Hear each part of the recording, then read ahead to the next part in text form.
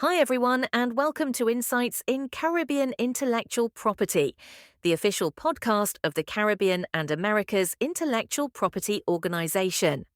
I'm your host, Jenna Flanagan, along with Pete Manning. Today's topic is Unlocking Caribbean Innovation, the Intellectual Property Gap. Here's something that'll blow your mind. Global intellectual property licensing fees exploded from just $2.8 billion in 1970 to a staggering $180 billion by 2009. That's not just growth, that's a complete transformation of how we value ideas. Those numbers are incredible.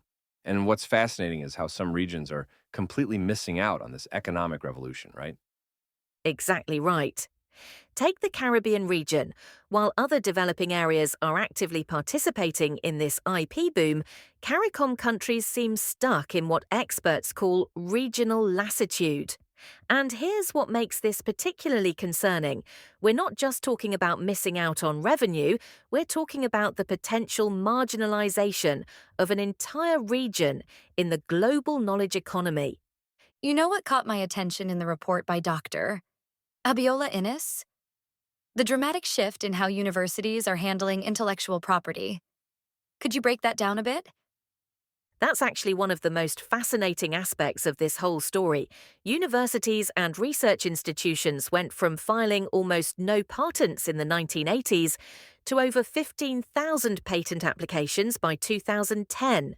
And here's what's really interesting. It's not just happening in places like the US and Germany anymore. Middle-income countries are becoming major players. That really shows how the landscape has evolved. But I'm curious, what exactly are we talking about when we say IP rights in this context? Well, think of it as this incredibly complex ecosystem that includes everything from software and communications technology to indigenous knowledge and climate change innovations. Take smartphone technology. Each device might involve hundreds of different patents, owned by multiple companies across different countries.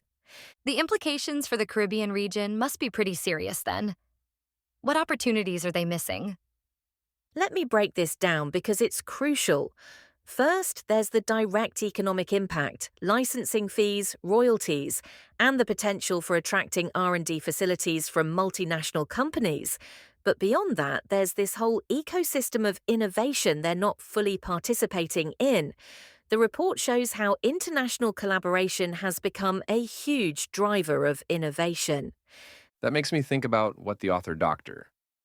Abiola Innes said regarding the region being relegated to just sun, sand, and sea. That seems like a pretty stark warning. Exactly. And it's probably one of the most concerning aspects of this situation.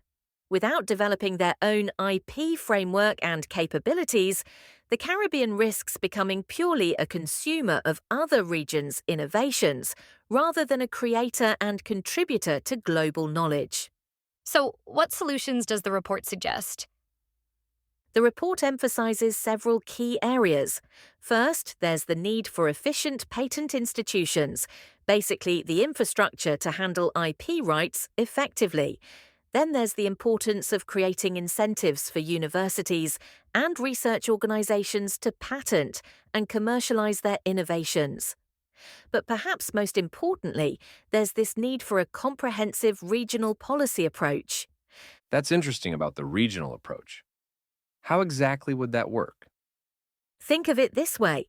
Instead of each Caribbean nation trying to develop its own IP framework in isolation, they could create a coordinated regional approach that leverages their collective strengths.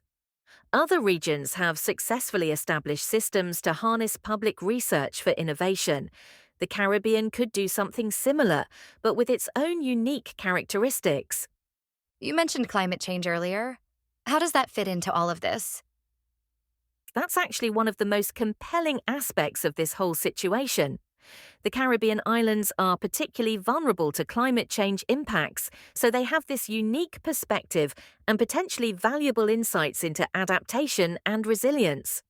But without proper IP protections and frameworks, it's much harder to develop and share these innovations in a way that benefits the region. That really brings home the urgency of the situation, doesn't it? Absolutely. And here's another fascinating aspect.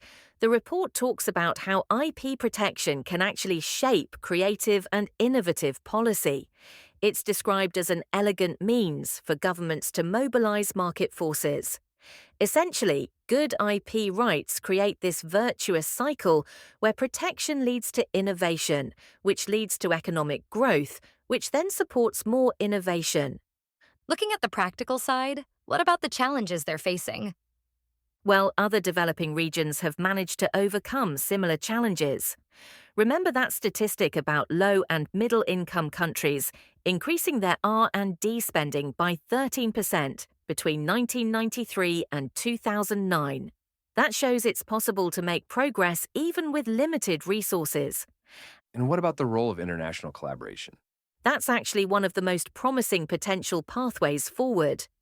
The data shows this dramatic increase in international collaboration, more co-authored research papers, more patents with inventors from multiple countries, more cross-border R&D facilities.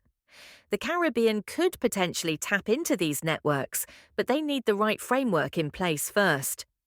You know what strikes me as particularly important? The need to reframe how IP rights are viewed in the region. That's crucial. Instead of seeing IP rights as just another regulatory burden, they need to be understood as essential tools for preserving and promoting Caribbean innovation and culture. When you look at how royalty and licensing fee revenues grew from $2.8 billion to $180 billion, it's clear that IP rights aren't just legal protections, they're powerful economic tools. That really brings together all the threads of this discussion: economic development, cultural preservation, and global participation. And that's what makes this whole situation so fascinating. We're not just talking about isolated patents or copyrights anymore.